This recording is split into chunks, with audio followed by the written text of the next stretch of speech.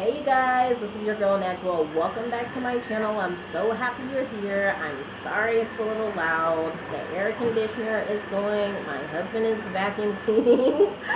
But hopefully you can hear me okay.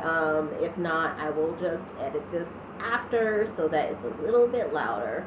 When I do that, sometimes you guys tell me I kind of sound like I'm in a wind tunnel. So I try not to do it too much. But anyway, Roland Martin posted a video 3 years ago entitled Study, Black Women Are the Most Abused Group on Social Media. And what's so terrible is that I really didn't need to know that there was a study out to understand that. I want to chat through that a little bit with you. We won't watch it together, but that's essentially what it is. You know, there was a study and it showed that across various social media platforms, generally black women are the most abused group of people on the social media platforms. There is an article I wanted to talk to you about as well, and it's from Andscape.com, and this is written by Yvette Dion. And the article is entitled, Black Women Are More Visible Than Ever, Now What? So before we talk about all of this, let me just read through this article with you so you can kind of hear where I'm coming from, and just so I can show you that this is not just me speaking from an emotional place of what I've experienced as a black woman, but also that it's just out there, you know, it's just there. So it says black women dominate in many areas, but community and accountability are how they preserve themselves. So this is from May 19, 2021, again from Yvette Dion. It says, Lemonade, an album that changed the cultural landscape, takes listeners on an emotional roller coaster through awareness, anger, disappointment, forgiveness of self, and ultimately healing. Now again, the article is from 2021, so a little bit dated references, but it's still completely relevant. You'll completely get it. So just in case Beyonce's message in 2016 wasn't resonant enough, she dropped a full-length visual featuring Warsan Shire's soul-stirring poetry, the mothers of the movement shining in the aftermath of tragedy, and generations of black girls and women walking on water, communing on porches, and focusing on healing themselves and one another. And I'm sorry if I pronounced the poet's name wrong. Hopefully I didn't pronounce that wrong. It goes on to say that album not only showed the multifaceted layers of the artist herself, but it also reflected the complexity of black women's experiences when it comes to articulating how complex it is to live within the intersection of race and gender within a culture that is both misogynistic and anti-black. I agree with everything. Said Kayla Adia Story, a professor of race, gender, class, and sexuality studies at the University of Louisville. Though Beyonce's impact is singular, she was both helping to create and benefit from a wave of women staking their claim to truth, to freedom, to visibility, to healing. The roots of that resurgence can be traced to 2012 when Kerrywashington became the first black woman in nearly 40 years to lead a primetime network drama, or to 2013 when Keshawn Thompson, hopefully I pronounced that one right as well, started the Black Girl Magic movement, or to 2015 with Violadavis becoming the first black woman to win an Emmy for Best Actress in a Drama. Let me pause there for a moment. And she's already mentioned some amazing names. She mentioned the woman who started the Black Girl Magic movement. I mean, I use that hashtag all the time. She mentions Beyonce, the Lemonade album. She mentions Violadavis, Kerrywashington. She also just mentions this idea of how black women have, you know, she says it very poetically, been sitting on porches and pontificating together to heal one another. And it's so true, you know, it's so true. One of the things that connects my sisters and my mother and I, and sometimes my cousins and aunts, depending on who's around, is doing each other's hair. We literally will just be sitting around doing each other's hair, talking about our lives, talking about what injustices we faced that day, that month, that year, because we know it happens all the time, especially in America. I mean, we can just think in the Western world, but for a very, very long time, black women have just sort of held the stress and anxiety of society. And where she talks about how black women are constantly facing this intersection of anti-black and misogyny. I mean, it's the stuff that makes you cry in your office bathroom, you know? It's the stuff that makes you come home from work and punch a pillow and scream, you know? Just because really no one else will understand that except for another black woman, you know? And perhaps a black man, but even black men don't face misogyny. Yes, especially in the U.S., black men are really being dehumanized. You know, they're being looked at as animals who don't even have a life that's valued. And that's, of course, traced back to slavery. But even men, you know, they don't necessarily have a uterus. So they don't face the extra layer of misogyny. And so many times black women are they're thrown with these labels of aggressive and an angry black woman and all of this stuff.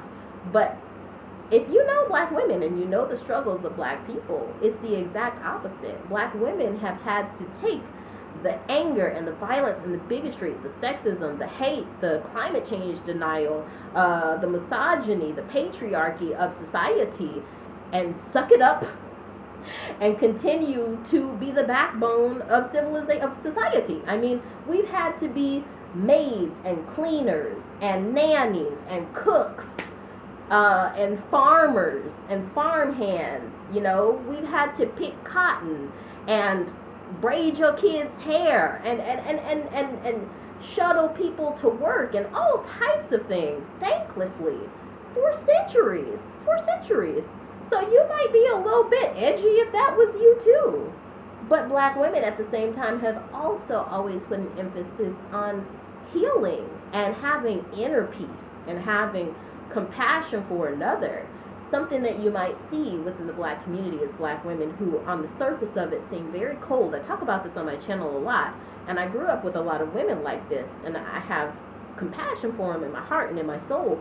On the exterior of it, they will look so cold, so mean, so aggressive, you know, but they will have the softest hearts. They'll give you the clothes off of their back because it's coming from slavery. There's no other way that you can put it, especially in America, where we have just had to build up this layer of resilience in order to survive and in order to continue on our bloodline. I mean, oftentimes our husbands would have to go out into the workplace and do this grueling, laborious work, you know, and it's like my mom told me once, you know, it's like you have to keep yourself pumped up and keep your husband, or if you're in a same-sex relationship even, you know, have to keep your spouse pumped up. That's what black women have had to do for a very long time without any representation truly until very recently. Now black women are getting a lot more representation than we've had in the past, but for the longest we've been labeled angry, we've been labeled aggressive, we've been labeled unimportant, and we've always had to find ways to continue to heal. I really love that this talks about that. So moving on, the article continues to say, no matter its origin, 2016 was the year black women's magic stitched itself together in public view. I love that. A seat at the table, Solange Knowles' magnum opus, spoke to the weariness black women felt in the lead up to the 2016 presidential election. Ooh, I know a lot of black women were so angry when Donald Trump got elected. We're trying to make up for it now. We fell off of it, you know. We stopped sort of instilling in our communities maybe the importance of advocating for ourselves, but it's okay. We're getting back on it. Signal well taken. It says Simone Biles solidified herself as the best gymnast in history winning 5 medals of the 2016 Games in Rio de Janeiro and saying loudly and proudly, she's not the next Usain Bolt or Michael Phelps. Insecure set their timelines ablaze as black women debated whether Issa or Lawrence was at fault for their relationship's demise. And black women showed up and showed out for Hillary Clinton, casting 95% of their ballots for the first woman to win a major party's presidential nomination. They were saying that they were here to dominate and they can't be stopped. Now, listen to that sentence. They were here to dominate and they can't be stopped. Imagine how many chauvinistic personalities hear that, and instead of saying, oh my God, good for black women, keep on your thing, what strong creatures, they're going to say, oh, their inferiority complex is going to come out. It's very, very sad. So it says in the 5 years since, black women have emerged as an undeniable cultural force. Whether it's Kamalaharris becoming America's first black and South Asian and female vice president, Misha, and that right there, you cannot hold progress back. America has faced the most extreme circumstances considering extremist far-right mentalities, bigotry, extremist groups it has ever seen in since slavery times, essentially. And we got Kamala Harris. It's like hate, bigotry, and that narcissism, that narcissistic abuse that's interweaved into racist systems and institutions will keep trying to keep progress back, but it's impossible. It's just like the enemy, it's like the enemy trying to stay and, slither in the darkness, but eventually the sun rises every day. It's going to come into the light. What is in the darkness comes into the light. So it goes on to explain more black women who have accomplished amazing things. It talks about Stacey Abrams, LaToya Brown, Misha Green, Maya Angelou, Naomi Osaka. Let's see here. It talks about many great ones. And it even sort of ties it back to the late 90s and early 2000s, where we saw that wave of really influential shows putting black women at the forefront, like Living Single, Sister, Moesha, Half and Half, All of Us, Girlfriends. I loved all of those shows. So look, it basically is talking about how black women are right now at the forefront and as the face of progress. I mean, we pretty much have always been there. It's just we've kind of been silent about it. But now we actually can be like, yeah, we got to heal ourselves, guys. We got to continue to advocate for loving ourselves, for loving each other, for equality, for equity. But we also got to advocate for love and compassion and faith. A large part of the black community, as I've said, especially the black Southern American community, is all about, it's all wrapped up in faith, I can't remember who said it. It was recently on MSNBC, but, it was on Morning Joe. There's a spiritual starvation in America right now. And a lot of these links with extremism is linked, according to this segment. It was quite poetic, so if you're a very linear thinking person, maybe you won't catch on to it. But basically, the special was talking about how there's sort of this spiritual thirst, and that's what's led, or part of what's led to all of these extremist groups, this MAGA obsession and cult type mentality. But a lot of stuff led up to it. It goes on to say, hypervisible black women face considerable backlash by sheer virtue of speaking truth to power. Now, remember what I said at the first part of this video. Black women are the most targeted group of abuse on social media platforms. So let me read that again. Hypervisible black women face considerable backlash by sheer virtue of speaking truth to power. It says we're in an anti-black, sexist, misogynistic, transphobic, fatphobic society. There's an intensified backlash for black women who are using their platforms to highlight and amplify what's happening with black communities, queer communities, and trans communities because we're not supposed to be here. Now, when she says we're not supposed to be here, that really put my head into a tailspin. So let me quote to you who this was. This was Treva Lindsay. She's a professor of women's study at Ohio State University who said this. When she said we're not supposed to be here, I thought that could be many things. That can mean because of slavery, we never necessarily were supposed to be considered U.S. citizens in the most equitable and legal sense of the word, or to really have truly rights as American citizens. Or perhaps she's saying we're never supposed to be here because if it weren't for the transatlantic slave trade, we'd still be in Africa. There's many things that she could mean from that, but it's like, as a black woman or a woman of color, it's like you can look at that and you know what she means. It can mean many things, but at the same time, we all know what it means, you know? And guys, just literally starting a channel, speaking about what's on my mind, speaking about things that I see white women or women of European descent or white men talking about, but they don't get nearly as much as the hate that I get, especially, you know, like not even especially, but pointedly, because I choose to show my face. You know, I don't hide behind a photo-less profile picture.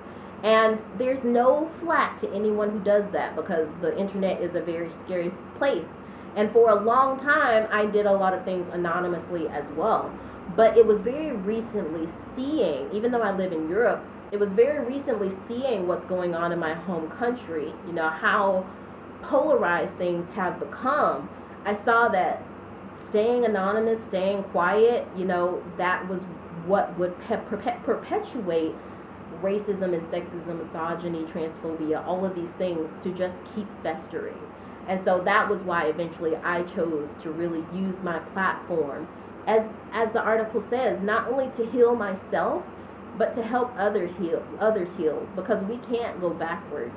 And I feel like there's a lot of prayer warrior women, especially women of color, trans women, black women, who are really, really, they're going in hard for it, because we see we're at a crossroads in history where if we don't advocate for human. Right, so let's wrap up here. Essentially, the article ends with saying, sometimes it takes the form of calling to check in, while other times it's making sure they take a moment to rest, to breathe, to drink, and to set boundaries. Boundary setting in our workplaces, personal relationships, and families is paramount to not only maintaining our sanity and personal comfort, but it is also important because we live in a world that dictates black women to think of everybody else before themselves, Story said. And in Story, they're talking about, I think they're still talking about Lindsay's story. Hold on one second. No, Kayla Adia Story, a professor of race, gender, and class and sexuality studies at University of Louisville. So Story says, boundary setting in our workplaces, personal relationships, and families is paramount to not only maintaining our sanity and personal comfort, but it's also important because we live in a world that dictates black women to think of everybody else before themselves, Story said.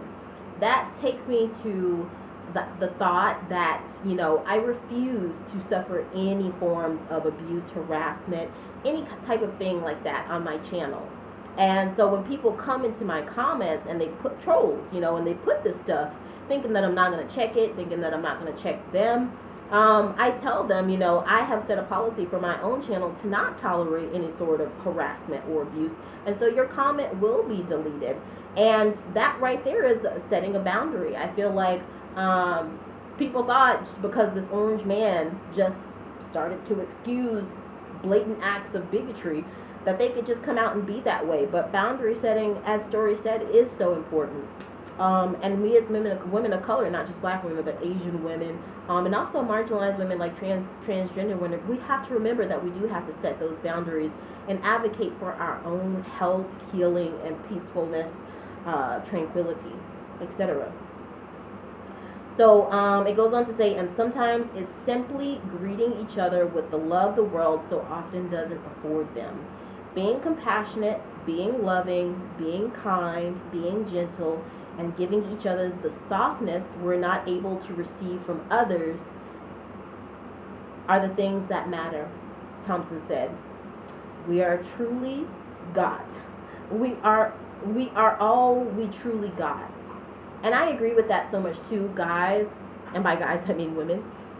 Ladies, if you are a woman of color, and I mean any kind of woman of color, if you're Latino, if you're black, if you're Asian, if you're Arabic, whatever it might be, please don't buy into this idea of, or that notion of internalized misogyny that tells you you should be breaking down other women. You should be building up other women, and other women should be building you up. So I truly, truly advise you to set those boundaries, to come from a place of healing and compassion, continue to advocate for women, and take care of yourself. Don't let people break you down. Don't let them do it, because they don't deserve your tears. They don't deserve your anger. They don't deserve any of that. So I would love to know what you guys think. You know, have any other women of color experience that? Don't be afraid to put your experiences in the comments, because again, state of the world, this divisive, polarizing, aggressive state of the world that we're in right now, we got here because we were too silent. We were too complacent. So don't be afraid to share your experiences in the comments. This is a place of love, of embrace. So I'd love to know what you guys think. Let me know. If you're new to this channel, hit the like and subscribe button, hit the bell so you know whenever I post a video. I'll see you guys next time.